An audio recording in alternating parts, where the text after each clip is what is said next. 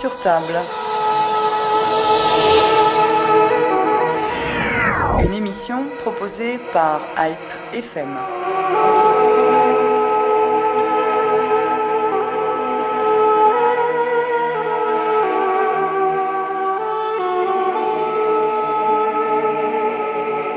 Il est important de refaire le match, comme dirait l'autre, pour en tirer des leçons pour les échéances suivantes.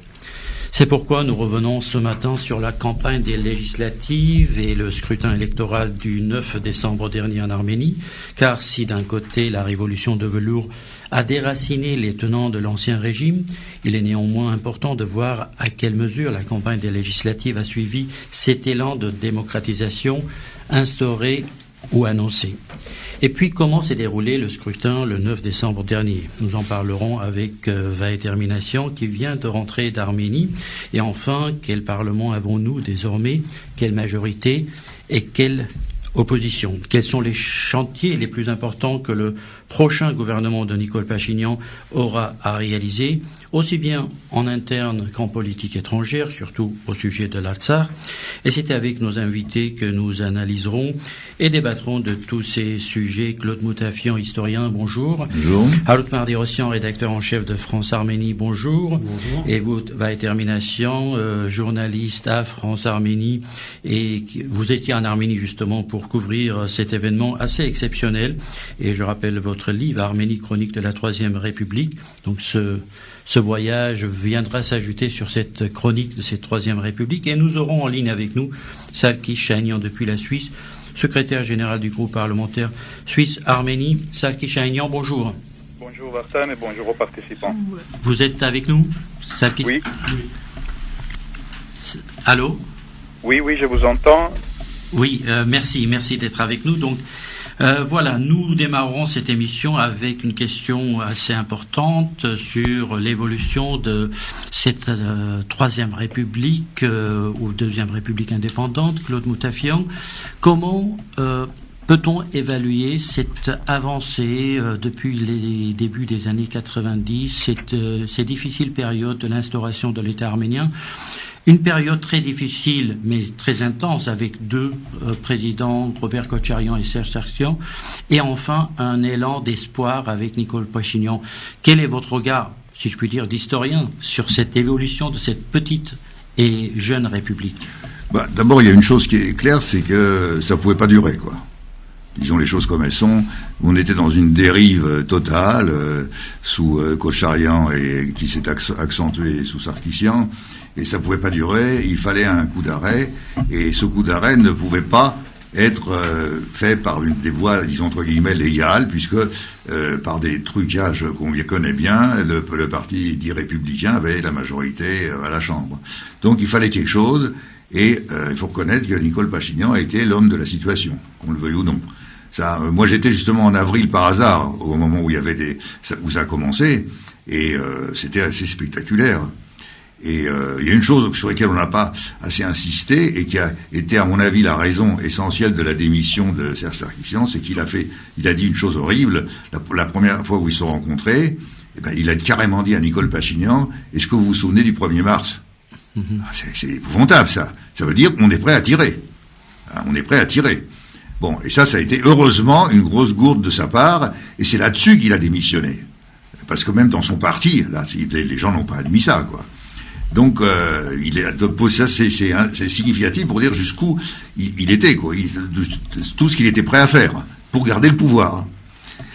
Donc, avec justement Nicole Pachinian qui apporte cet espoir et cette réalité assez exceptionnelle quand même. Est-ce que aujourd'hui, en suivant surtout la campagne qui a été assez rude à bien des égards, est-ce que vous considérez que on est dans un type nouveau de gouvernance où il y a quand même des craintes par rapport au discours, par rapport à la violence verbale qui s'impose parfois? Les craintes, forcément, elles existent toujours, mais je crois qu'il faut l'espoir est essentiel. Moi, j'ai toujours un thermomètre de la vie politique. Pour moi, dans tous les pays, c'est les chauffeurs de taxi. Aussi bien en avril que la dernière fois que j'étais, il y a 2 mois, quand je prends un taxi, toujours pour les questions, ils étaient tous enthousiastes. Tous. Il n'y en a pas un qui a émis des réserves. Donc, entre avril Et décembre 2018, même enthousiasme? Oui, absolument. Alors, maintenant, on va voir. Je crois que c'était un coup de politique assez habile de la part de Pachinian de forcer des nouvelles élections. C'était pas possible de continuer avec le Parlement qu'il y avait. Quand même, quand on voit, les trucages sont clairs, un parti qui avait de loin la majorité absolue, maintenant se retrouve avec moins de 5%, quoi. Bon, donc c'est quand même assez énorme, quoi, disons. Donc voilà. Alors maintenant, il y a des petites craintes, effectivement. Par exemple, je veux dire franchement, le problème qu'il y a eu, qui heureusement s'est résolu avec les autorités du Karabakh, j'ai pas trouvé ça très prometteur, quoi, disons. Mais bon. Alors, on va revenir sur les détails et sur l'avenir, surtout. Harold Mardy-Rossian, l'enthousiasme évoqué par Claude Moutafian, 70%, plus de 70% des voix. On peut dire qu'encore, Nicole Pachinian accueille cet enthousiasme, en tout cas un soutien très large de la population. Le vote ou le scrutin l'a démontré.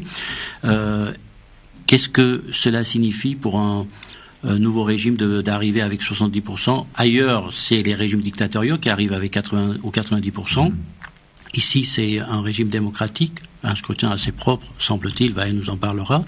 Est-ce que c'est quand même rassurant pour une démocratie? Oui, d'abord, il faut se féliciter de la tenue des élections, qui se sont tenues dans de bonnes conditions, et donc que le résultat de ces élections sont incontestables. À partir de là, si le résultat est incontestable, il était clair, et on l'avait ici même dit il y a moins de 3 semaines quand on avait fait une émission, que la victoire de Nicole Pachinian ne faisait guère de doute. Compte tenu des élections municipales qui s'étaient déroulées un mois auparavant, compte tenu de la campagne et de ce qui est fait, Nicole Pachinian allait emporter l'élection, susciter un mouvement populaire d'adhésion. Je dirais que, en fait, le point essentiel, c'est la confiance. C'est-à-dire qu'il a gagné les élections en disant « Faites-moi confiance parce que je suis celui qui a fait tomber le régime précédent. J'ai pris des engagements devant vous, le peuple, et je tiendrai mes engagements. » Et le peuple a fait, en fait, au travers de ces élections, a fait un vote de confiance. Est-ce que vous me faites confiance ou pas pour mener à bien la politique que je vous ai annoncée? C'est-à-dire qu'on n'est pas encore là sur un vote idéologique. Est-ce que vous adhérez à mon programme économique, à mon programme, etc. Me faites-vous confiance? Comme on dit en France, l'élection présidentielle, c'est une rencontre entre un homme et son peuple. Oui, alors là, on est sur des élections législatives, oui, mais c'est effectivement... Mais vous avez tout à fait raison de comparer ça avec des élections, les dernières élections en France, par exemple, où on assiste, à quelqu'un qui a moins d'un an faisait, lui, on pense que disait Claude, faisait 3% aux dernières élections législatives, qui se retrouve aujourd'hui avec 70%, que personne, en tous les cas dans les grandes diplomaties, connaissait auparavant, et qu'il va y avoir aujourd'hui 88 députés au Parlement qui sont issus de son rang, qui pour une très grande partie ne sont pas des hommes politiques connus. Ils viennent soit de la société civile, soit ils sont des gens qui ont participé avec lui à cette révolution. Et donc, ils vont être confrontés maintenant à l'élaboration des lois, à l'élaboration des choses. Ils n'ont pas forcément beaucoup d'expérience en la matière, mais ils apportent ce vent de neuf, ce vent de fraîcheur dans la démocratie qui était celle qu'on avait il y a maintenant 2 ans en France pour les dernières présidentielles. Alors, termination, on ne va pas vous poser la question comment se sont déroulés ces scrutins, parce que tout le monde sait que ça s'est déroulé assez démocratiquement, les fraudes, etc., c'est derrière nous, même si ici et là on peut imaginer des situations très particulières. Alors, comment avez-vous vécu la différence entre les scrutins passés et ce scrutin? Ambiance, est-ce que les gens étaient souriants? Est-ce qu'il y avait une sorte de relâchement, un esprit de liberté de voter pour qui je veux? Écoutez, dans les bureaux de vote, les gens se comportent comme quand ils vont voter aux dernières élections. Ça, c'est pas du tout un indice. Enfin, il y a quand même quelque chose qu'il faut quand même souligner, c'est que cette élection a été marquée par une forte chute du taux de participation quand même. On est passé de 60% à 48% au cours de cette élection. C'est un phénomène qui est qu'il faut interpréter avec prudence. Je veux dire, l'opposition, le Parti républicain a indiqué que c'était parce que les gens étaient défiants envers la nouvelle équipe qui arrive au pouvoir, mais la réalité, elle est malheureusement beaucoup plus prosaïque, plus simple. C'est que, à mon avis, du moins, il y a beaucoup de gens qui sont pas allés voter parce qu'ils n'avaient pas été payés et qu'il n'y avait aucune ressource financière à tirer de cette élection. Ça m'a été confirmé par différents élus locaux que j'ai pu rencontrer le jour du vote.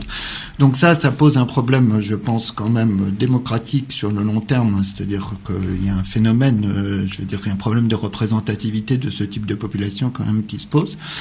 Comment je l'ai vécu, cette élection, elle se différenciait de la précédente dans la mesure où, la précédente législative, dans la mesure où elle est intervenue, d'abord il y a eu une campagne extrêmement courte, qui a duré 12 jours à peine, et encore, elle a même duré 10 jours en pratique, puisque le principal challenger, Nicole Pachinian a dû partir à l'étranger, et puis le 7 décembre, c'était l'anniversaire du 30e anniversaire du tremblement de terre de Gümri, donc elle a été d'abord courte.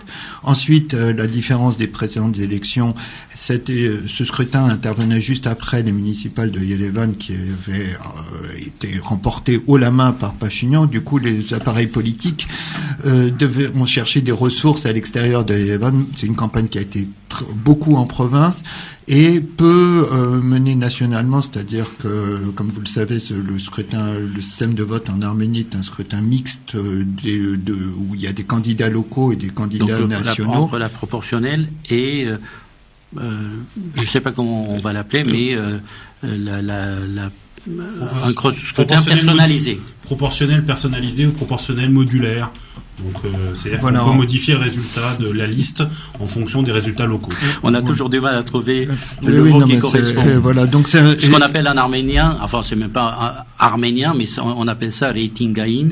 Donc pour expliquer pour ceux de nos auditeurs, c'est un scrutin sur liste ouverte locale et sur liste nationale fermée. Voilà, un mixte de ces deux systèmes. Ce qui fait que c'est à la fois localement qu'il faut ramener des voix et puis nationalement. Et là, beaucoup de partis politiques ont travaillé localement.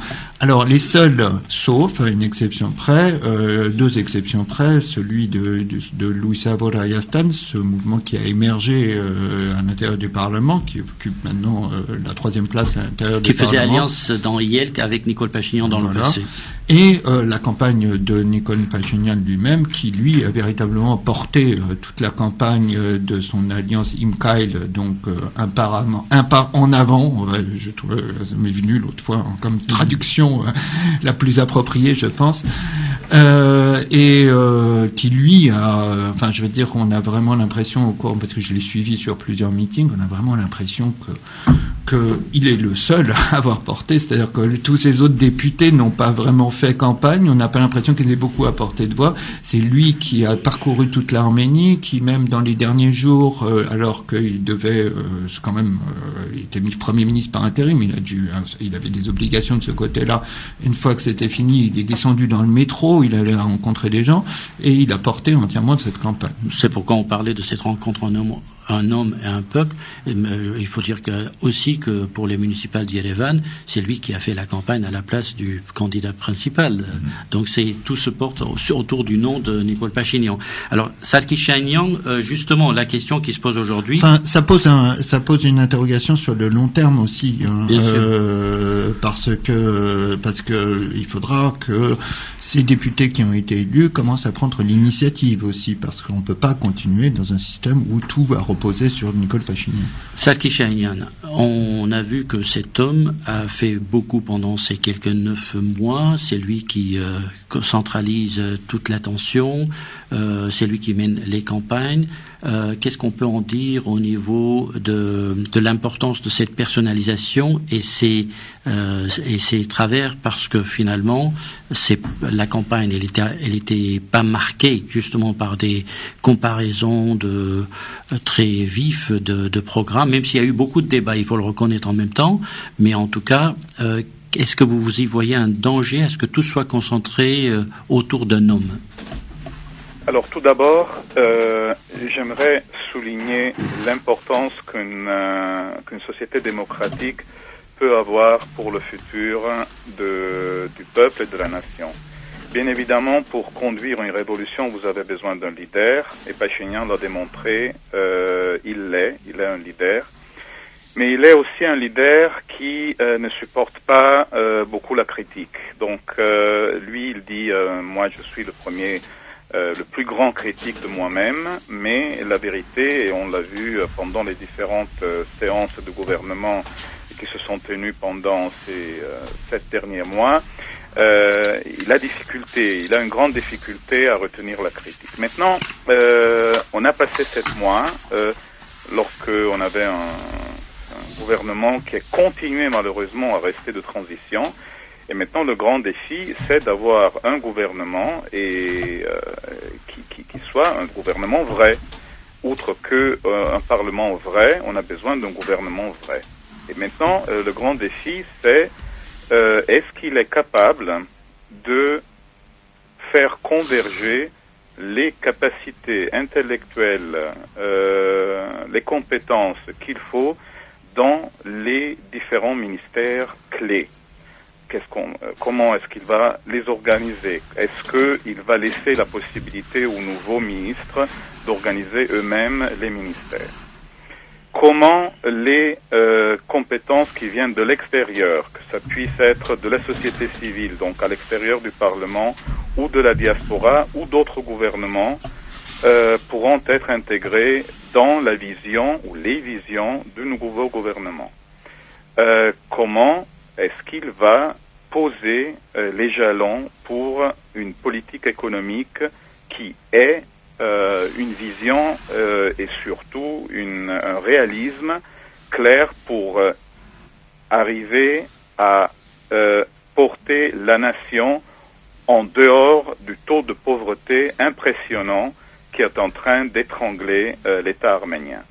Comment est-ce qu'il va gérer la question de politique étrangère, premièrement la question de l'Artsakh, premièrement de façon bilatérale avec les autorités de l'Artsakh, comment les deux armées de l'Artsakh et de l'Arménie vont coopérer pour garantir la sécurité nationale et surtout la capacité d'attaque préventive ou en tant que réponse dans le cas d'une prochaine attaque de côté azerbaïdjanais, comment il va gérer les relations avec la Russie. Maintenant, tout ça, ça peut pas être le résultat de la pensée d'un seul homme.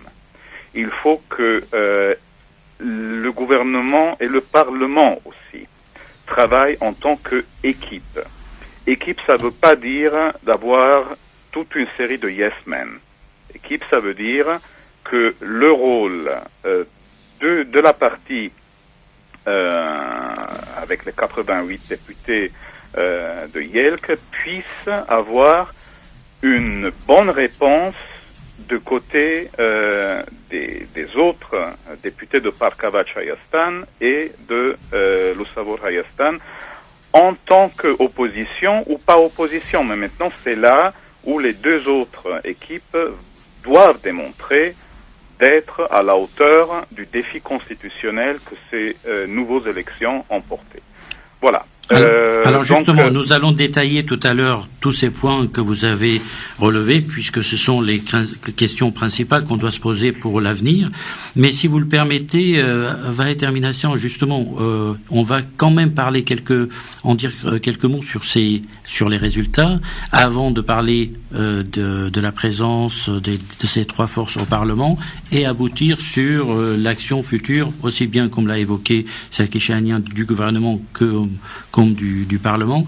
Qu'est-ce qui s'est passé? Quelles sont les régions dans lesquelles tel ou tel parti a eu autant de voix? Par exemple, là, on va parler de la disparition presque assurée des Harabedakan, puisqu'ils n'ont même pas atteint les 5%. Et on voit que leurs leaders ont accueilli très peu de voix à titre personnel dans leur circonscription. Qu'en est-il en réalité? Parce que on va se rappeler quand même que le représentant de Nicol Pachinian dans les élections locales dans le Sunik, juste après les élections municipales de Yerevan, avait perdu aussi. Donc, d'où on pensait que dans les régions, les républicains avaient une présence plus importante qu'à Yerevan. Ça n'en est rien en réalité. Oui, enfin, le Parti républicain, enfin, d'abord, vous dites qu'il a pas résisté. Je trouve quand même, il a pas si mal résisté. Il obtient 59 000 voix.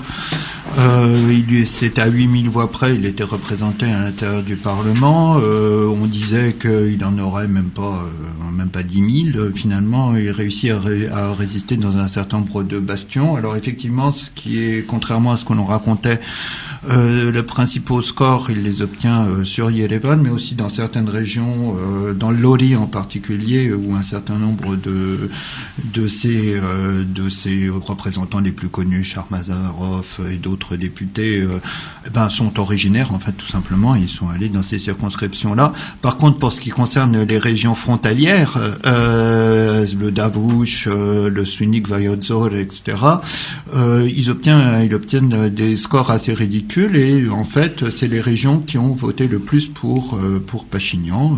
On atteint des scores de, si j'arrive à retrouver mon papier, entre 72 et 73% dans ces régions-là. Bon, reste quand même un fief qui est la région d'Ararat, qui est là, en fait, sans doute la région où les élections, la région d'Arménie où les élections se passent, disons, de façon la plus compliquée. Compliqué, ça veut dire truqué? Non, enfin, écoutez, oui, enfin, j'en sais pas. En tout cas, par le passé, ça a toujours été le cas. Il y a toujours eu des inflations de voix. C'est là où on constate les reports les plus importants systématiquement. Enfin, voilà. Donc, je sais pas, les conditions sont un peu particulières. C'est là qu'il y avait une mainmise de l'ancien Premier ministre Vik Abrahamian. Oui, mais enfin, qui est plus au Parti républicain depuis Mathusalem. Depuis Mathusalem. Et puis, voilà. Il y a quand même un point que je voulais rappeler par rapport à cette élection, qui est pas un point du tout négligeable. C'est qu'on a beaucoup souligné que c'est un changement de régime. On a parlé du taux de participation, mais il y a un autre phénomène qui est quand même, je pense, très important.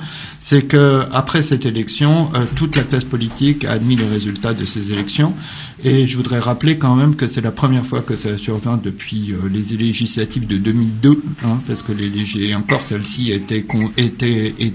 avait été contestée à l'époque.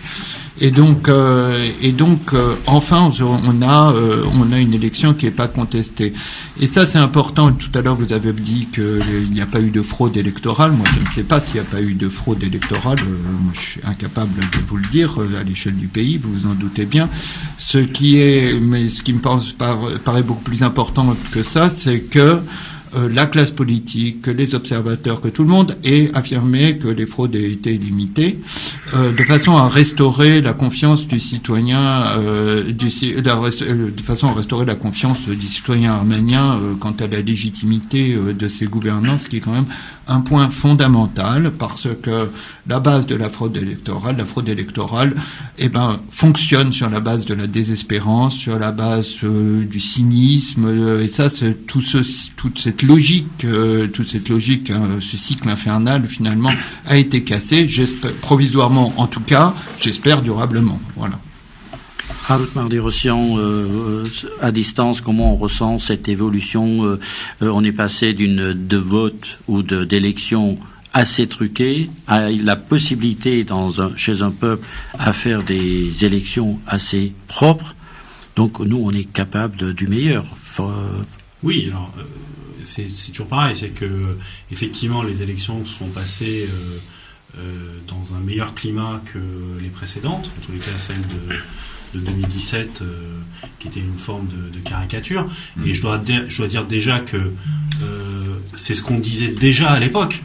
C'est-à-dire que j'entends beaucoup de gens qui disent oui, vous ne disiez rien, il faut reprendre les émissions post électoral de IPFM où nous nous exprimions pour voir comment nous dénoncions l'achat des voix, les fraudes, etc. Donc là-dessus, les médias arméniens n'ont jamais rien caché, n'ont jamais masqué ce qui se passait.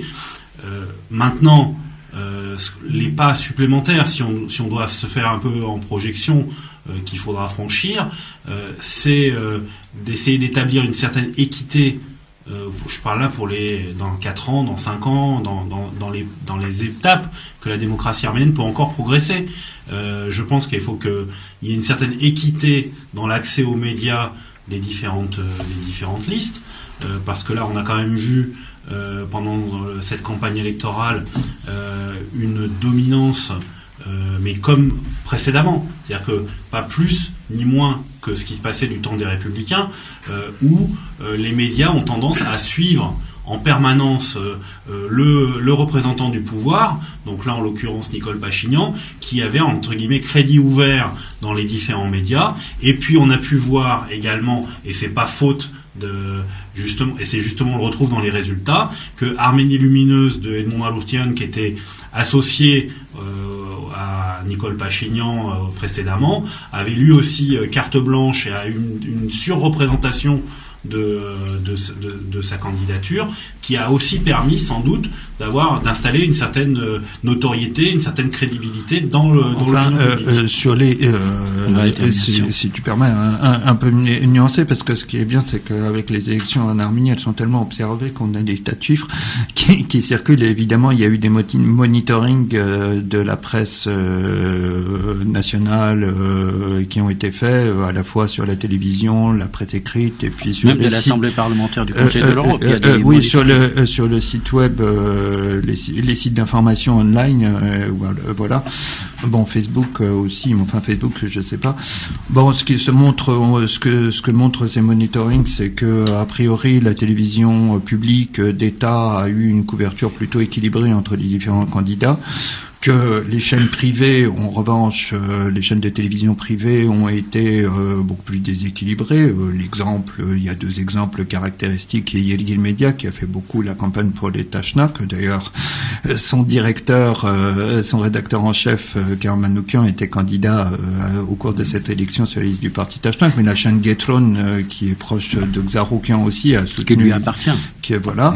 Et concernant les sites d'information online les plus connus, c'est-à-dire Azadutun, Radio Free Europe, et puis la chaîne W, alors je sais pas comment on dit en arménien, Arachin.am, qui est une chaîne aussi pro-occidentale, en tout cas qui avait eu des fondations de Soros par le passé, des financements de Soros par le passé. Eux ont fait beaucoup, enfin c'était parfaitement clair qu'ils donnaient le trio qui est finalement arrivé en parlant beaucoup de Pachinian évidemment, mais aussi beaucoup de Loussa Voladastan qui arrivait en 3e position au cours de cette élection, et en donnant une couverture plutôt négative évidemment pour Gagik Zaroukian, l'homme d'affaires qui dirige le parti Arménie Prospère. Claude Moutafian, finalement, quand on voit arriver au Parlement, des forces, qu'on vient de le dire, termination, donc 3 forces, celle de Yelk, donc Imkail, celle de Nicole Pachinian, avec 88 députés. 26 députés pour Parkavajaistan de Gagik Zaroukian. On est obligé toujours de mettre Gagik Zaroukian derrière, parce que là encore, c'est un homme qui dirige tout. C'est autour de lui que tout se passe. Et puis, le mouvement de Edmond Maloutian, mais là, c'est moins personnalisé, peut-on dire, avec 16 députés. Donc, on a un Parlement qui, constitutionnellement, a droit à 30% de sièges pour l'opposition, mais en face, on a une majorité écrasante. Est-ce que cette opposition, à votre avis, servira à quelque chose? Parce qu'il y a même des doutes, que des réformes constitutionnelles puissent advenir grâce à cette majorité absolue écrasante, 3/5 des voix. Parmi les 3 groupes, je dois dire qu'il y en a un qui m'a toujours laissé perplexe, c'est le Parkavajaistan, le parti d'Odi Yago, comme on l'appelle, bon, l'un des hommes les plus riches d'Arménie. J'avoue que j'ai jamais compris vraiment qu'est-ce que c'est que ce parti. Bon, comme vous le dites justement, il s'identifie à la personne.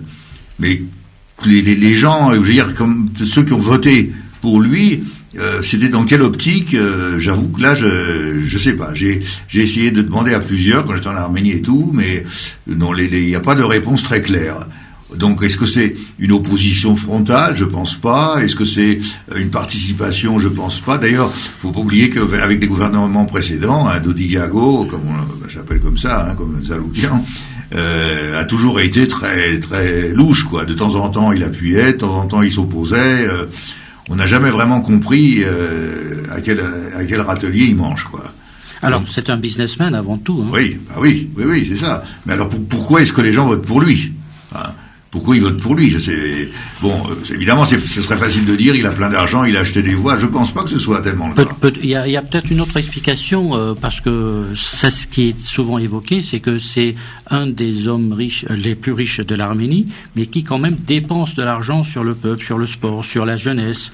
Donc oui. ça peut créer une image. Oui, cela dit, il dépense sur la jeunesse et tout, mais il dépense surtout pour construire des églises, hein.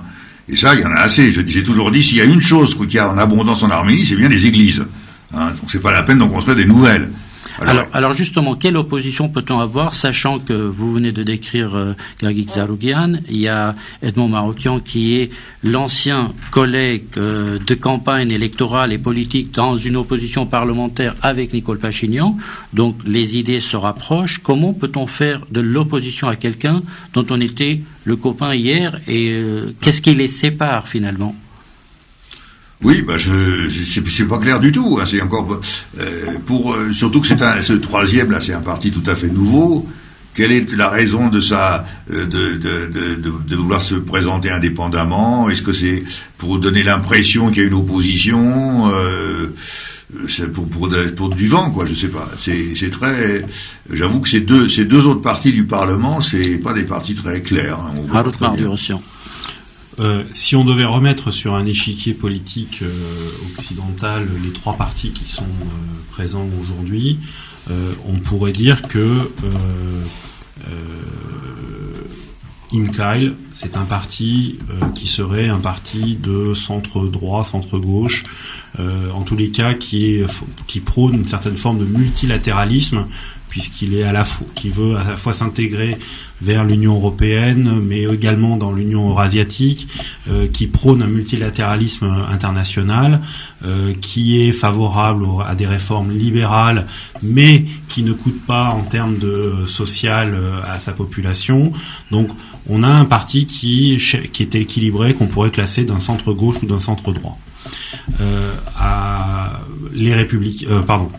Parkava Jayastan est adhérent au Parti populaire européen, donc là où est par exemple adhérent la CDU d'Angela Merkel, le parti Les Républicains en France, etc. Donc tout ça adhère à la même organisation internationale, et donc ils sont codifiés dans une droite néolibérale, ultralibérale, qui est tournée vers l'entrepreneuriat, à développer l'entrepreneuriat, et en développant l'entrepreneuriat, on développe l'emploi, et on milite aussi pour les baisses des charges, pour la baisse des impôts, pour une économie où chacun doit s'assurer par soi-même, etc.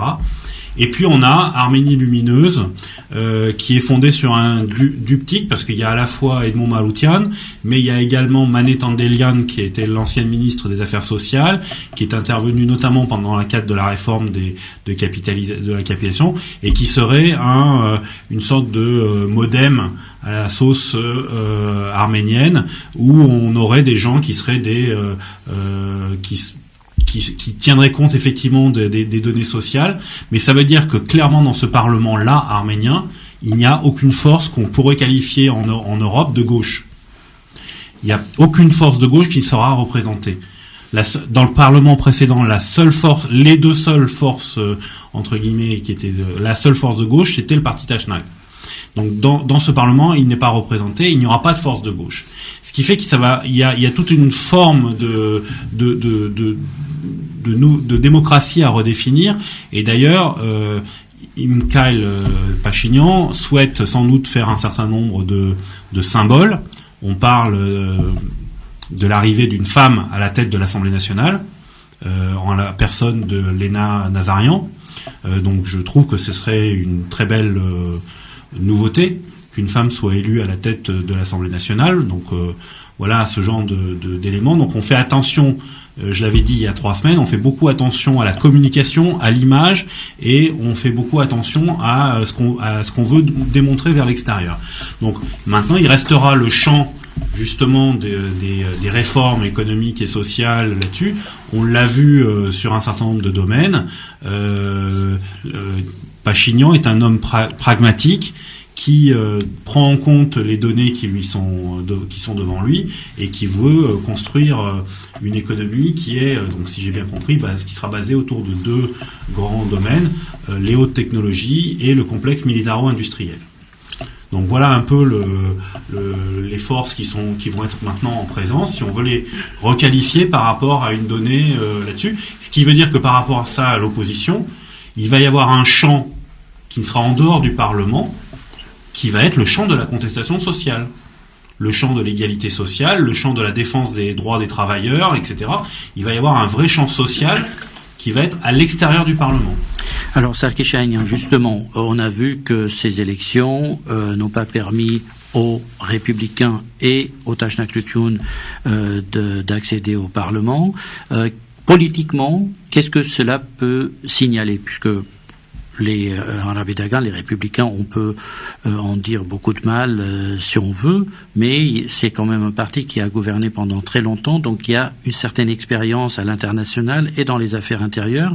C'est un parti d'expérience, si on peut le qualifier comme ça, et puis de l'autre côté, le parti Tashnak, avec ce qu'on lui reconnaît comme mérite sur les fondamentaux de la revendication nationale au moins. Quel est votre avis sur leur absence ? Alors tout d'abord, il faut comprendre comment les deux partis ont perdu. Lorsqu'on est en train de dire que les 2 partis ont disparu, c'est pas vrai. Alors, il y a presque 60 000 personnes qui ont donné le vote au Parti républicain et 49 000 personnes qui ont donné le vote à la FRA, donc au Tashnaklutyun. Ceci veut dire que par rapport aux élections municipales de Yerevan, les 2 partis ont quand même marqué une présence qui, à mon modestissime avis, était inattendue. Malheureusement, ils n'ont pas pu entrer dans le Parlement à cause de eux-mêmes, car les 2 partis se sont battus pour que le nouveau code électoral ne puisse pas passer. Et avec le nouveau code électoral, ils auraient eu les 2 une possibilité d'entrer dans le Parlement. La deuxième chose, c'est le choix des candidats, notamment en ce qui concerne le Parti républicain. Le Parti républicain a fait le faux pas de prendre dans la rose de ses candidats, justement dans ce que vous appeliez avant le rating gain, c'est-à-dire les candidatures personnelles dans chaque circonscription électorale, et le choix de David Sharnazarian, l'ancien directeur de la sécurité nationale, a été un très mauvais choix, car il a capté sur lui une force de négativité qui était extrêmement importante. Cela dit, ça veut dire que les 2 partis maintiennent de toute façon leur présence extra-parlementaire en attente d'un faux pas de Nicole Pachinian. Mais ils ne seront plus au Parlement. Maintenant, il faut regarder de qu'est-ce qu'il pourra faire Imkail avec les forces politiques qu'il a à disposition. Il y a énormément de jeunes personnes, des jeunes compétents. Il y a des économistes, notamment, qui ont été élus dans les files de Imkail. Je trouve dommage, ça aussi je veux quand même l'ajouter, que Edmond Maroukian a décidé de ne pas participer à ces élections en tandem avec le parti République de Aram Sarkisian, ce qui ne permettra pas, par exemple, la présence d'un personnage comme Ardak Zainalian, l'ancien ministre de la Justice, à l'intérieur du Parlement, et en tant que force à disposition pour le nouveau gouvernement, qui sera un gouvernement monocolore. Donc tous les ça a été déjà dit par la direction du parti Imkail, tous les nouveaux ministres relèveront du parti Imkail, sauf probablement le ministre des Affaires étrangères. Alors juste un instant, Serki Chahinian, puisque vous êtes au téléphone, Harout Mardi-Rossi n'est pas d'accord avec vous. Oui, Serki, je pense que il y a rien qui empêche Artak Zelanian de rester ministre de la Justice. Bon, si, évidemment, tu as raison, mais seulement si Nicole Pachinian aura la clairvoyance de le réintégrer à l'intérieur du gouvernement. Mais les déclarations qui ont été données et par les Nazarianes, notamment par les Nazarianes et d'autres personnalités de taille du parti, le nouveau gouvernement risque d'être un monocolore total. Et c'est exactement ce que j'avançais dans mon intervention d'auparavant. Là, on verra la vraie capacité du nouveau gouvernement et du nouveau Premier ministre, qui est entre-temps l'ancien, de savoir faire la part des choses et de choisir entre les compétences à disposition dans tout l'arc constitutionnel et au-delà des forces présentes dans le Parlement. Ça, ce sera une preuve de maturité extrêmement importante. Alors, va termination. On a vu pendant ces élections, il y avait 11 listes, il y avait des petits partis, il y en a qui n'ont même pas obtenu 1% des voix, mais parmi ces partis-là, surtout pendant les campagnes électorales, les débats, on a vu qu'il y avait de bonnes idées, de belles idées. Est-ce que vous pensez que par rapport à ce qui vient d'être dit, Nicole Pachinian pourrait aller piocher dans ses ressources aussi pour un peu colorier, pour reprendre... Colorer un peu ce nouveau gouvernement, parce qu'il y a des talents un peu partout apparemment qui naissent dans cette République. Le monde est plein de talents, ça fait aucun doute, mais bon, la question c'est de les sélectionner. Écoutez, bon, je sais pas très bien. Enfin, d'abord, Nicole Pachinian a déjà annoncé que ce gouvernement serait resserré. Il a été, lorsqu'il a rencontré la presse étrangère juste après l'élection, il a encore dit, pour ce qui concerne le ministère de la Diaspora, qu'il sera intégré à un autre ministère plus large, en tout cas pour ce qui concerne le ministère de la Diaspora. Il est probable que Nicole Pachinian sera confrontée à la nécessité de maintenir les ministères régaliens sur des gens ayant surtout des compétences techniques. Avant tout, ils seront ou ils ne seront pas de son appareil politique, c'est une question secondaire. Je pense que d'abord c'est la compétence qui sera mise en avant. C'est le cas de la Défense, c'est évidemment le cas du ministère des Affaires étrangères. Donc, est-ce qu'il pourrait aller chercher plus loin? Il a évoqué, par exemple, un changement de la Constitution pour pouvoir éventuellement que ne soit plus interdit la possibilité pour quelqu'un de la diaspora d'occuper un ministère. Donc, ça montre qu'il y a des intentions. Je sais pas du tout à qui il pense, pour quel ministère. Ça, je n'en sais rien. Mais clairement, son défi est de taille, parce que c'est maintenant que les choses commencent. Jusqu'à présent, il avait, concernant la fonction du gouvernement, une excuse qui était que forcément, il n'avait pas toute la marge de main-d'œuvre nécessaire pour mener bien sa politique, n'ayant pas, non seulement pas la majorité au Parlement, mais enfin étant même le plus petit groupe du Parlement, mais que cet argument va pas pouvoir tenir très longtemps et que il va falloir absolument que ça fonctionne. Là, je dois dire que j'ai vu plein de gens en Arménie, de l'avis de tout le monde, quand même, continuer à fonctionner. Le gouvernement peut pas continuer à fonctionner comme ça. Il faut que absolument ce gouvernement fonctionne. Et j'espère que Pachinian. Quel est le problème? Pourquoi je ne sais pas quel est le problème, mais ce qui est parfaitement clair, c'est que par nécessité politique, lorsqu'il est arrivé au pouvoir, il avait besoin d'une équipe resserrée autour de lui, constituée de fidèles, etc. Ces fidèles, c'était des militants de base, et ils n'ont pas forcément au départ la compétence nécessaire pour pouvoir diriger un ministère et pouvoir être au gouvernement.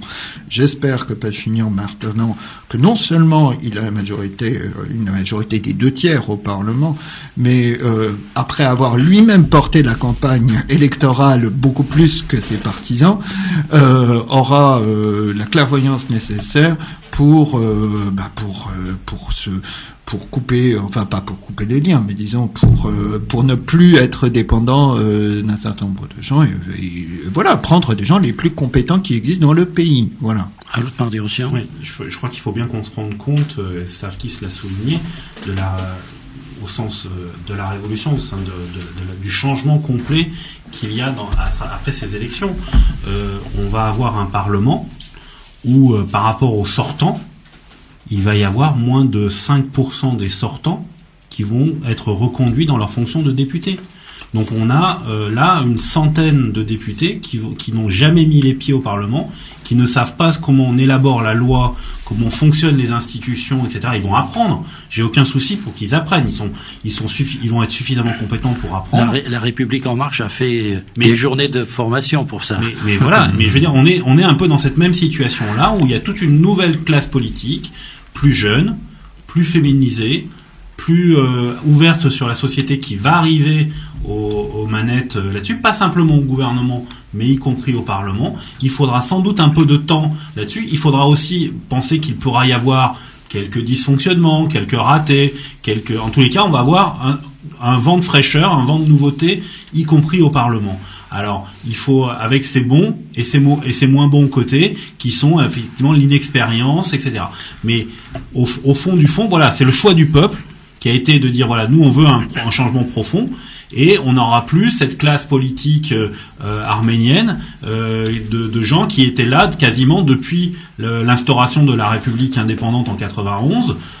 Si je prends des cas assez emblématiques comme Ala Babloyan, qui était l'ancien président de l'Assemblée nationale, il a été ministre de la Santé sous Levon Ter-Petrosian, il a été député sous Robert Kotcharian, puis président du groupe d'amitié sous Arménie France sous Serge Sarkissian, puis il est devenu président de l'Assemblée nationale. Enfin, vous voyez que c'est quand même quelqu'un qui est dans le monde politique qui était dans le monde politique depuis 1991, et il n'était pas le seul.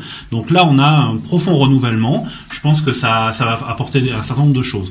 Mais je vois après, je sais pas si on aura le temps de parler un peu des grandes réformes à venir, mais cette campagne électorale a quand même il y a quand même un certain nombre de points de campagne qui ont été des points de fixation majeurs. Alors, si vous voulez bien, on va y revenir. J'ai envie de poser une question à Claude de Moutafian concernant justement ce nouveau parti qui est le contrat social, parce que le parti ne s'appelle pas MONPA, Imkeile, mais le contrat social. Contrat civil, pardon. Et ce contrat civil, nous dit-on, il n'est pas formé de gens d'un profil similaire. Il y a tellement de variations dans les idées, dans les approches, dans les origines politiques de ces militants, que peut-être que demain ce parti pourrait éclater à long terme. En tout cas, des discordances pourraient s'afficher au sein de ce même parti sur tel ou tel sujet. Est-ce que le fait d'avoir à nouveau une sorte de parti unique qui s'impose, ça peut créer des craintes, en se rappelant toujours qu'il y a à la tête de ce parti un homme fort? Ah oui, c'est ça le problème, parce que c'est la différence. Il y a effectivement un parti ultra majoritaire, ça sera un gouvernement presque un parti unique, mais qui n'existait pas avant, quoi. Donc on ne sait pas du tout, ça c'est comme vous dites, effectivement, on ne sait pas du tout qui sont ces gens. Je crois que on peut pas se prononcer vraiment tant qu'on n'aura pas la formation du gouvernement. Ça c'est essentiel, de voir qui va mettre dans le gouvernement. Est-ce que ça sera des technocrates, ou est-ce que ça sera des idéalistes, est-ce que ça sera des gens concrets. Et il y a un point fondamental qu'on n'a pas encore abordé, je suppose que c'était prévu pour après, c'est le point de vue de la politique étrangère, quoi. On va en parler, même si le temps passe, mais ça c'est, surtout le Rarapar, c'est un des sujets cardinaux, en tout cas. Ce parti contrat civil, ce qui est quand même, il y a quand même, d'abord, premièrement, sur la liste Imkeile, il faut voir un petit peu les profils que l'on peut trouver sur la liste des candidats qui étaient au cours de cette élection. Alors il y a tous tous ceux les membres du gouvernement, les Malsbeth, c'est-à-dire les gouverneurs de région qui se sont présentés, mais au dehors de ça, on trouve beaucoup de journalistes quand même qui étaient présents de différents médias de l'opposition. Journalistes, mais engagés politiquement aujourd'hui. Oui, comme Nicole Pachignan lui-même était journaliste. Des gens aussi issus de cette nébuleuse de la société civile avec des tas de trucs de lutte contre les speech hate, les hate speech, les machins, etc.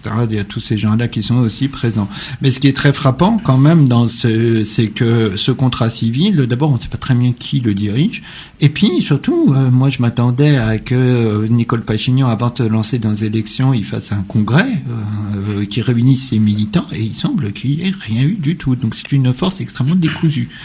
Voilà ce qu'on peut dire là-dessus. Dernier point, je voulais quand même souligner quelque chose par rapport à ce qu'a dit tout à l'heure à Ruth Mardi-Rossion, parce que tu as évoqué le fait que Pachignan, que Imkaël, c'est plutôt des centristes. Très précisément, Nicole Pachignan a répondu à cette question lors de toujours cette rencontre avec la presse étrangère pour dire qu'il était très étonné de voir que dans la presse on le nommait comme un centriste, on le qualifiait de centriste parce que lui n'arrivait vraiment pas du tout à se positionner selon des schémas idéologiques. Sur les ismes. Ce qui est une caractéristique des centristes. Voilà. En tout cas, il a répondu précisément à cette question. Voilà. Si vous posez la question à un Bayrou, aujourd'hui, il va vous répondre qu'il sait pas. Donc, ce qui est en soi une caractéristique des centristes. Alors, Sarkis Shahinian, justement, avec ces 3/5 des voix qui appartiennent à ce parti. C'est les 2/3. Hein. Les 2/3, les 3/5, non? Non. Il a la majorité des 3/5, mais il a les 2/3 des sièges. Des sièges, pardon. Donc la majorité des votes. Les votes, s'il a les 2/3, il peut gagner les 3/5. Oui. D'accord. Donc, en tout cas, ma question était. C'est plus de 3/5.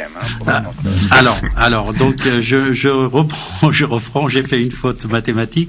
Voilà. Donc, est-ce que, avec cette majorité absolue, il peut changer la Constitution, et surtout la question principale, cette critique à l'égard de Serge Sarkian, comme quoi il arrivait en super premier ministre, donc comme s'il était toujours le président en puissance, et il avait la sécurité nationale, l'armée, la police, toutes ces structures régaliennes aussi dirigées directement par ce super premier ministre. Est-ce que vous pensez que Nicole Pachignan, il va apporter une sorte d'adoucissement dans ce régime ultra concentré? Avant tout, il faut comprendre qu'il a des défis qui vont au-delà de la Constitution actuelle. Car la Constitution actuelle lui donne des instruments qui sont très importants. Ils sont des instruments décisionnistes.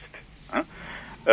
Vous avez raison, bien évidemment, il y a une concentration de pouvoir sur la personne du Premier ministre, mais ça, c'est pas lui qui l'avait décidé. Ça, c'était le Parti républicain. Mais il l'avait critiqué à l'époque. Comment? Il l'avait critiqué à l'époque, donc est-ce qu'il va changer? Il a critiqué tas de choses, Nicole Pachignan, que maintenant il est obligé à avaler. Hein. Donc il faut regarder bien les choses, comme par exemple la question de regarder vers l'Occident complètement, de sortir de l'Union euro-asienne, de sortir du traité de l'Organisation de sécurité collective. Et maintenant, bien évidemment, il a dû être ramené à bon escient. Donc, la chose importante, c'est est-ce qu'avec ce pouvoir, qui est un pouvoir constitutionnel, c'est-à-dire avec le 67% des voix, pas le 70%, il a noir sur blanc 67% des voix à l'intérieur du Parlement. 88 personnes, dont d'ailleurs 4 des représentants des minorités en Arménie. Donc ce seront que 64 les députés de Imkaël, et 4 personnes seront donc des représentants des minorités. Il a la possibilité de changer la Constitution à l'intérieur des travaux parlementaires. Maintenant, là, il aura cette possibilité, mais je ne suis pas du tout sûr. Mais sans compter, Sarkis Shahinian, la possibilité d'avoir aussi les autres partis Bien ou évidemment. l'un des deux partis Bien dits évidemment. d'opposition aujourd'hui? Absolument. Et là, je suis sûr que dans certains des programmes, bien évidemment, Lusabur Hayastan va voter avec la majorité. Ça, et d'ailleurs, Parkabach aussi, il n'a pas l'intérêt de voter de façon différente. C'est pour ça que je disais auparavant, la chose importante, il suffit de regarder le déroulement des débats pendant la campagne électorale, où tu avais Arménie Lumineuse et Parkabach Hayastan qui défendaient davantage le gouvernement que Imkaïl lui-même. Donc, tout à fait. Donc, la chose importante, c'est d'arriver à avoir une vision à l'intérieur du Parlement et du gouvernement pour les choses qui sont les plus importantes. Donc, je souligne le fait que les changements constitutionnels, à mon avis personnel, n'ont pas la priorité par rapport, par exemple, à l'instauration d'un vrai concept de politique économique et de politique étrangère. Et le choix maintenant d'arriver à mettre à disposition de l'armée un budget supplémentaire de 2,5 milliards, je répète, 2,5 milliards de dollars sur les 5 années, ça veut quand même dire quelque chose par rapport à des choix tactiques, mais pas encore des choix stratégiques. Donc, il y a du pain sur la planche qui avance les changements constitutionnels, mais à mon avis personnel, bien évidemment, il faut arriver à pas amoindrir la force du Premier ministre, mais à renforcer la force du Parlement par rapport au contrôle sur le travail du gouvernement. Mais, par exemple, en Suisse, on résout ce genre de problème en créant à l'intérieur du Parlement des structures qui ont le pouvoir de contrôle sur le travail du gouvernement. Donc, à mon avis, on peut arriver facilement à créer des unités, des structures pour le contrôle du travail du gouvernement, mais il faut absolument maintenant que ce gouvernement donne les bonnes priorités pour arriver à faire sortir l'Arménie de la pauvreté et pour en renforcer la sécurité nationale, notamment aux frontières. Alors justement, avant de parler de politique étrangère et du Ralapa, Harut Mardirossian, les ressources économiques, si on ajoute 2,5 milliards de dollars sur 5 ans, évidemment, pour l'armée, il faut les amener de quelque part. Que faire pour que l'Arménie soit capable de créer des richesses pour subvenir à ses besoins et pas que l'armée, d'une manière générale? Alors, il y a deux façons. Il y a d'un côté, vous avez un espace de recettes et de dépenses, et il va falloir jouer sur les deux domaines. Dans l'aspect des recettes, il y a là encore, il y a plusieurs façons de faire. On le voit bien. Soit on prélève plus d'impôts et on essaye de le prélever de cette façon-là de manière plus équitable, c'est-à-dire de prendre un peu plus aux riches, parce que de toute façon en Arménie les pauvres ils n'ont déjà pas les moyens de payer leurs impôts, donc là-dessus. Où on obtient des investissements économiques de l'étranger plus importants. Donc on a des sociétés qui investissent et qui viennent s'installer en Arménie, et donc où on crée des sociétés qui vont avoir un impôt sur le bénéfice des sociétés qui vont accroître le budget. Ou enfin on laisse filer le déficit budgétaire pour permettre cet accroissement. Donc il y a différents leviers là-dessus. Puis il y a l'autre côté, il y a les dépenses, où là, pendant la campagne électorale, et c'est ce que je voulais dire tout à l'heure, il y a eu quand même un débat assez très concentré sur un point du programme de Nicole Pachinian, qui a annoncé 100 000 réductions de postes dans la fonction publique, qui seraient menées sur 5 ans par le non-remplacement d'un fonctionnaire sur 2 qui partirait à la retraite. Donc c'est des choses qu'en France, ça nous rappelle un certain nombre de choses. Ça a été la politique qui a été menée en France entre 2008 et 2012 et qui a conduit donc un certain nombre de défaillances. Et là encore, il faudra savoir dans quelle fonction publique Il a d'ores et déjà annoncé qu'il y aurait 10 000 suppressions de postes dans l'éducation nationale. 10 000 suppressions de postes dans l'éducation nationale, c'est-à-dire des professeurs, des universitaires, etc.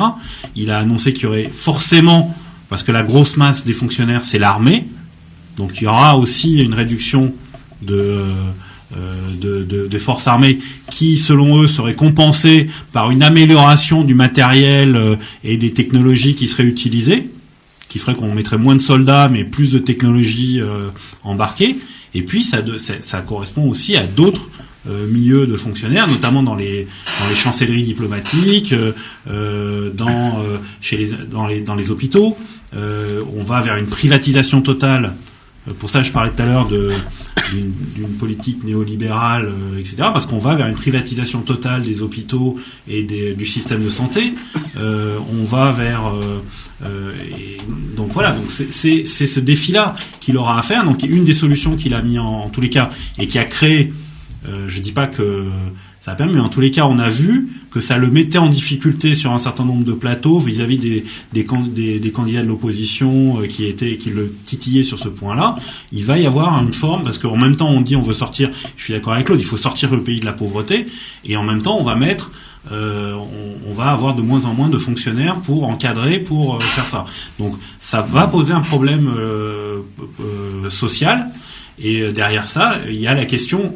Je parlais du nombre de militaires. Il y a la question étrangère et la question de la défense de l'Artsakh, sur lequel qui a été le deuxième sujet qui a tendu l'élection et qu'on a vu des lignes de fracture qui n'ont pas payé autant que ça aurait dû payer sur le plan électoral, mais on a vu qu'en tous les cas ça a renforcé un certain nombre d'électeurs dans leur choix et en tous les cas par rapport à un certain nombre de partis politiques. Alors on va parler aussi de la politique étrangère et Claude Moutafian, j'ai envie de vous poser la question sur les relations de l'Arménie avec le monde extérieur. C'est-à-dire que d'un côté on a vu l'arrivée d'un haut émissaire américain il y a quelques semaines en Arménie avec des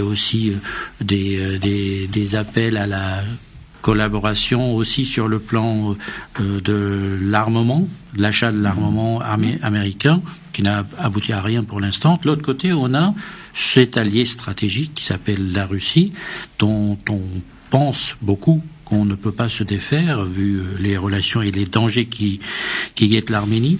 Alors, quelle est l'approche la plus juste pour préserver d'abord la sécurité de l'Arménie? Là-dessus, bon, ça a été dit en passant tout à l'heure, Pachinian a dû faire un peu marche arrière dans sa main tendue vers l'Occident, c'est clair que lui, personnellement, il a des tendances plutôt occidentales, européennes, etc.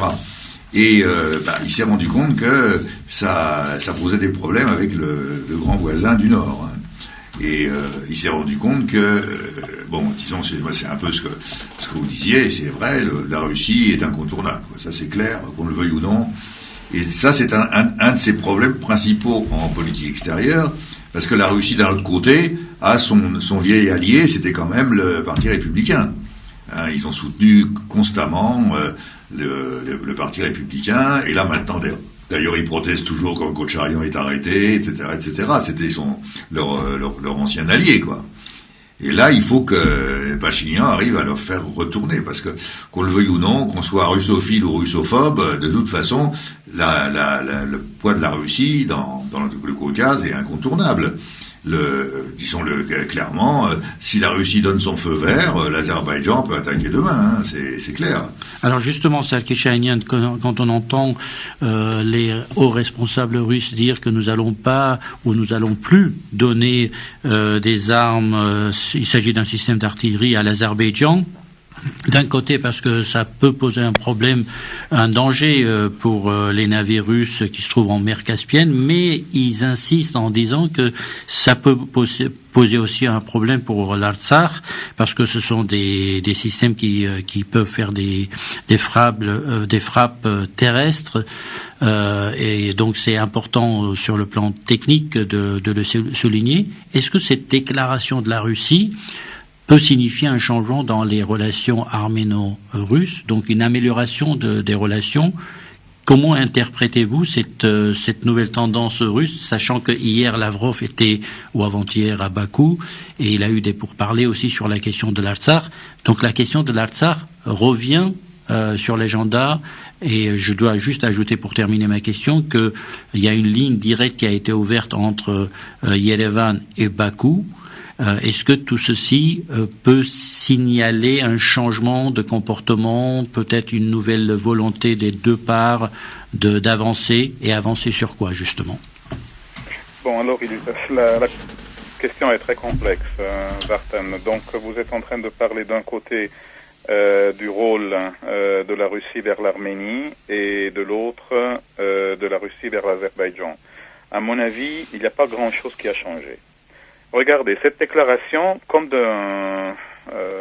une baguette magique, elle est accompagnée par des pourparlers entre la Russie et l'Azerbaïdjan de la constitution d'une centrale nucléaire en Azerbaïdjan. Et vous comprenez très bien que l'importance de la manque de volonté de vendre des armes russes à l'Azerbaïdjan est complètement contrebalancée par cette déclaration-là que je viens de vous dire. L'autre chose, c'est que bien évidemment, la Russie a envie de continuer à jouer un rôle clé dans le rôle du conflit du Haut-Karabakh, mais en tenant les atouts dans ses mains. Donc la chose la plus importante, c'est de continuer, si vous me permettez, de faire avancer le conflit pour rappeler l'importance de la Russie en tant qu'élément d'apaisement. Donc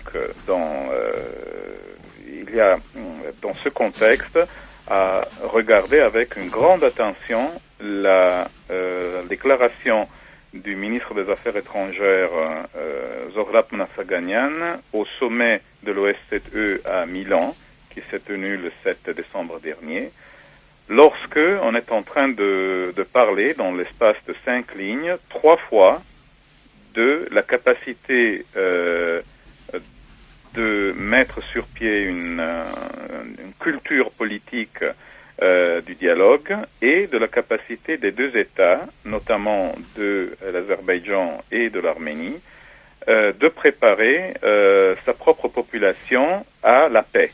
Alors cela veut dire immensement des choses. Ça veut dire que en couplant tout ça avec la déclaration de Lavrov de hier, c'est-à-dire qu'il est très important d'arriver à donner une poussée importante dans les pourparlers, il faut comprendre qu'est-ce que cela veut dire pour l'Arménie. Alors justement, quelles sont les hypothèses? La chose importante, c'est où sont les vrais intérêts de l'Arménie et de l'Artsakh? Quels sont les vrais enjeux par rapport à la sécurité et surtout à l'indépendance de ce territoire, indépendance au sens d'un détachement une fois pour toutes du côté administratif azerbaïdjanais de l'Artsakh. Alors là, il faut arriver quand même à une solution, laquelle, juste avec des signalations de côté de la Russie de ne pas vouloir vendre des armes à l'Azerbaïdjan, c'est trop faible. C'est évidemment un signal, mais à mon avis, sur la base de comment cela a été contrebalancé par d'autres déclarations, c'est absolument pas suffisant. Donc là, je voudrais voir maintenant quels sont les vrais éléments que l'Arménie et l'Artsakh vont jouer dans ce cadre. Alors, Harut Mardirosyan, justement, quand on entend les interviews de Vartan Oskanian à l'époque, en 2001, quand il répondait à Aram Apranian en disant que nous sommes prêts par rapport à ce que nous voulons pour l'avenir de l'Artsakh, à donner 6 des 7 régions libérées ou dites contrôlées par les autres. Donc, et puis Serge Sarkisian, il négocie avec les accords de Madrid autour de 5 régions. Finalement, toutes les négociations portent sur des concessions territoriales. Jusqu'où Nicole Pachinian peut aller? Est-ce que c'est 5 régions, 3 régions. Qu'est-ce qui est... Excuse-moi. Enfin, d'abord, par rapport à ce qu'a dit Sarkis Shahinian, je voudrais quand même souligner quelque chose qui est important quand même de rappeler, c'est que l'action de la Russie sur le dossier du Karabakh se fait dans le cadre du groupe de Minsk de l'OSCE, de la coprésidence du groupe de Minsk de l'OSCE, c'est-à-dire qui associe les diplomates américains et les diplomates français. Je veux dire, c'est dans ce cadre que les choses se passent, et la Russie est très soucieuse de ne pas sortir de ce cadre-là. Même la réunion qui a eu lieu à Dushanbe, qui a abouti à l'établissement d'un lien direct entre l'Arménie et entre le Pachinian et Aliyev, d'une ligne directe. Ça a été fait effectivement en marge du sommet de la CEI, mais les représentants du groupe de Minsk étaient là. Pour la Russie, il est très important d'associer sur ce dossier les États-Unis parce que sur un plan diplomatique plus général, la question du Karabakh est un objet de coopération entre la Russie et les États-Unis. C'est-à-dire qu'il y a des tensions entre l'OTAN et la Russie, mais sur la question du Karabakh, on coopère. C'est pas un hasard si si Lavrov sur les communiqués du ministère des Affaires étrangères russe, il est toujours question de coups de fil entre le State Department et la Russie, dans lequel a été évoquée la question de Karabakh. C'est une manière d'établir toujours un contact entre les États-Unis et la Russie. Je pense pas que les Russes veulent sortir de ce cadre. Maintenant, ils ont peut-être leur intérêt aussi dans cette chose-là. Je pense que les Russes veulent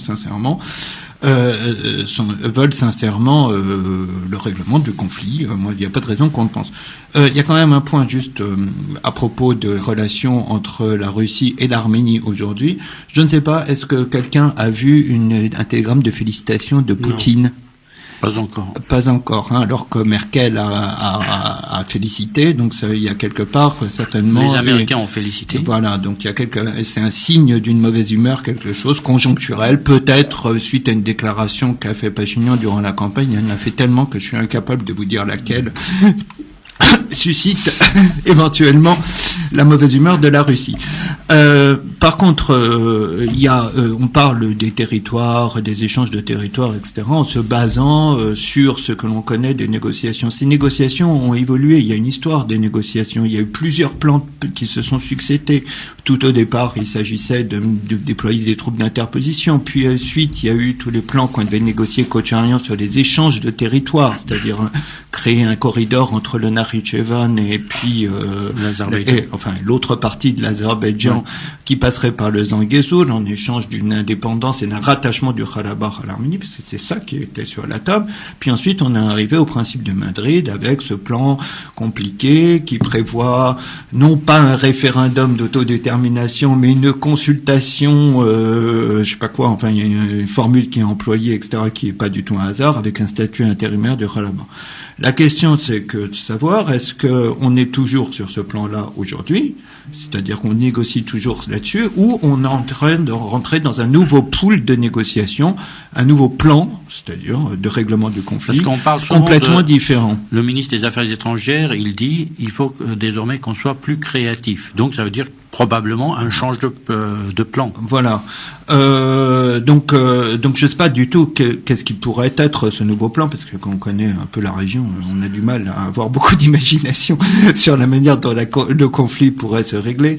Mais enfin, concernant le fait qu'il y ait ces mesures de confiance qui soient données pour préparer leurs populations respectives à la paix, on peut noter quand même que dans la liste électorale de Pachinian, en 16e position, je crois, il y a une militante dont j'ai oublié le nom, qui dirige une association, une ONG, enfin qui représente une ONG financée via tout ce qu'on sait, directement par l'ambassade des États-Unis, je crois, qui est spécialisée justement sur les histoires de règlement du conflit, de discussion entre la société civile arménienne et la société civile azerbaïdjanaise. Je ne sais pas dans quelle mesure elle a obtenu des réussites, mais enfin qui est établie, elle est quand même très haut assez haut dans la liste de Pachinian qui contenait 183 membres. Voilà. Alors, le deuxième sujet qui peut venir dans l'agenda de Nicole Pachinian, d'ailleurs il s'est exprimé là-dessus, c'est les relations avec la Turquie. La Turquie parle de conditions, toujours, donc la condition c'est le retour des territoires autour du Rarapar comme les Turcs et les Azéris l'entendent, mais Pachinian est prêt à ouvrir des discussions sans préconditions. Oui, mais là, il n'y a pas de nouveauté, si vous voulez. Ça a toujours été la position de l'Arménie, et qui a dit, nous, on est prêt à ouvrir, c'est pas nous qui avons fermé la frontière, si les Turcs sont prêts à l'ouvrir sans précondition là-dessus, nous, on y est prêt. Donc, il n'y a pas de nouveauté dans la déclaration de Pachinian. Par contre, la nouveauté, c'est qu'il l'a fait au lendemain de son élection, au moment où il a justement la possibilité. Et c'est surtout l'autre déclaration qui, moi, me paraît importante, c'est celle qui vient de Turquie, par la voix de Selina Doğan, qui est une députée, elle est plus députée, mais qui dit nous avons d'ores et déjà préparé un nouveau plan de protocole arméno-turc qui est prêt à discuter. Donc ça veut bien dire que côté là-dessus, il y a une volonté de remettre la question des protocoles arméno-turcs sur le devant de la scène, et soit de l'utiliser pour une forme de pression sur l'Azerbaïdjan pour dire il faut vous bouger à vous aussi négocier, puisque c'est une des conditions qui est fixée. Mais voilà, quant à la question de l'Artsakh, Pachinian s'est gardé pendant toute l'élection, et ce qu'il a aussi mis en difficulté, d'arriver à définir il est resté très flou dans cette opinion sur ce qu'il était prêt à négocier ou pas. Il a dit, voilà, donc et d'ailleurs, donc les autres lui demandaient, mais non, il faut que vous clarifiez votre position, et sachant que voilà, donc maintenant il a la légitimité, mais il n'a pas encore dit pour comment il compte régler cette question et quelle est sa marge de manœuvre. Alors Serki Şahinyan, nous allons conclure petit à petit cette émission. Sur cette question-là, un dernier mot sur la politique étrangère de l'Arménie. C'est difficile de le résumer en un mot. Le point fondamental, c'est que si on veut vraiment avancer sur la voie du développement économique, vous devez en même temps avoir une idée claire pour l'apaisement des conflits. Et l'importance, évidemment, d'arriver à trouver,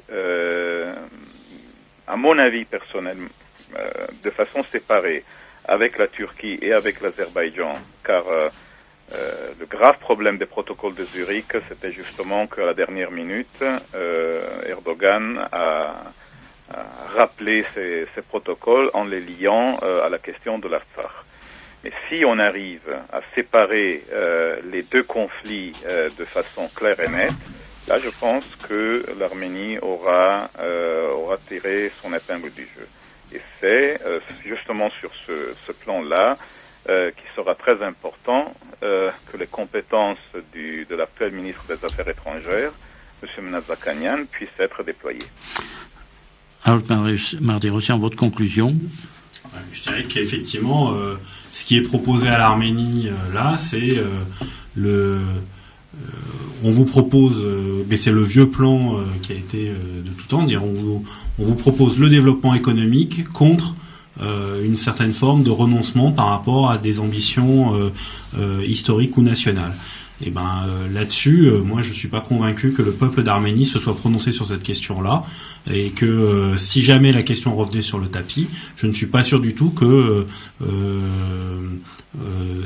le peuple donnerait le quitus à ce qu'on puisse renégocier l'Artsakh ou sa mémoire historique au nom de l'économie. Un dernier mot, va termination. On est sur les relations arméno-turques ou non, les relations internationales d'une manière générale, mais ça peut être aussi les relations arméno-turques. Écoutez, moi, il y a quelque chose qui me frappe dans ce que dit Pachinian, c'est que sur ses pages Facebook, c'est qu'il dit que de toute manière, il est contre les négociations secrètes et que il parlera ouvertement des négociations et il entend tenir informé le public de ça. Moi, je suis un petit peu étonné, nous pas sceptique, on verra bien, mais il n'a pas dit qu'il parlerait des négociations, mais du choix final qu'il apporterait devant le peuple. Non, il tenait, moi j'ai bien entendu, je crois bien qu'il ait dit et qu'il évoquerait le déroulement de ces négociations. Or, ces négociations, en tout cas sur les relations arméno-turques, elles ont été historiquement toujours menées dans la discrétion et dont le résultat est arrivé ensuite rendu public finalement assez tardivement. Je sais pas très bien comment c'est possible. Voilà. Je remarque quand même une chose concernant la relation internationale qu'il faut quand même souligner, c'est que ce lien qui est établi entre l'Arménie et l'Azerbaïdjan l'Azerbaïdjan n'établit pas établit un lien avec l'Arménie, mais se garde évidemment pas d'établir un lien direct avec le gouvernement du Karabakh. Donc ça prouve la limite de l'exercice des progrès qui ont été enregistrés. Claude Moutafian, donc on voit, on l'a dit tout à l'heure, un nouveau pouvoir qui arrive avec beaucoup de jeunes, ça a été dit, beaucoup de fraîcheur, bien entendu, plus de démocratie qui s'exprime à travers des élections libres, une politique de lutte contre la corruption, enfin tout ce que à peu près voulait le peuple dans son grand ensemble. Que reste-t-il à faire pour renforcer cet État et dans quelle mesure on peut être aux côtés de ce nouveau gouvernement qui va se dessiner bientôt? Moi, en tout cas, pour de mon point de vue, tout c'est quand même le problème de l'Artsakh qui est fondamental. Quoi. Tant que ce problème ne sera pas résolu, il y aura l'Arménie aura toujours des grosses difficultés. Par exemple, il y a une question qu'on n'a pas abordée là, c'est l'histoire de l'immigration, qui est quand même une question fondamentale pour l'Arménie, qui se vide et tout. C'est quand même lié au problème de l'Artsakh. C'est que une des raisons de l'immigration, en dehors des raisons économiques, c'est le fait de ne pas vouloir aller envoyer ses enfants sur le front. Ça c'est clair. Et donc cette raison est fondamentale. Pour moi, il y a eu une petite avancée récemment qui est venue de Moscou. C'est la déclaration de Lavrov disant qu'il n'était pas contre la participation de l'Artsakh dans les négociations. Ça veut pas dire qu'il était pour, mais il n'était pas contre. Et c'est quand même une avancée importante, ça. Parce que jusque-là, la Russie, qui quand même tient la majorité des cartes en main, n'a jamais évoqué cette participation. Donc là, c'est peut-être un petit espoir. Clairement, je pense que dans les mois qui viennent ou dans les années qui viennent, il va y avoir un changement à la tête du Karabakh, certainement, dans la gouvernance du Karabakh. Même si la Constitution, on repousse ça encore officiellement, les prochaines élections ont lieu en 2000, je sais plus combien, 2020. Alors, on a vu déjà hier des changements à la tête du ministère de la Défense au Karabakh, et puis on sait en tout cas que Bako Saakyan a annoncé que après cette période de transition, en 2020, il quittera le pouvoir. Mais ça veut pas dire qu'il y aura un changement global dans la gouvernance du pays. Non, mais il faut quand même rappeler qu'actuellement Bako Saakyan, qui est le président du Karabakh, parce que la constitution du Karabakh a changé, dans ce changement de constitution, dans cette étape intermédiaire de changement de la constitution, il a été élu non pas au suffrage universel, mais par le Parlement. Ce qui, évidemment, pour une courte période. Si le Karabakh doit intervenir sur la question des négociations, il ne peut pas y arriver sans être légitimé, en tout cas par la population du Karabakh. Donc il faudra, je ne sais pas. Merci, messieurs, pour votre participation. Claude Moutafian, merci beaucoup. Alot Mardi-Rossian, Valet Terminacian et Salki Chahignan depuis la Suisse. Merci à nos auditeurs de nous avoir suivis et à la semaine prochaine. Au revoir.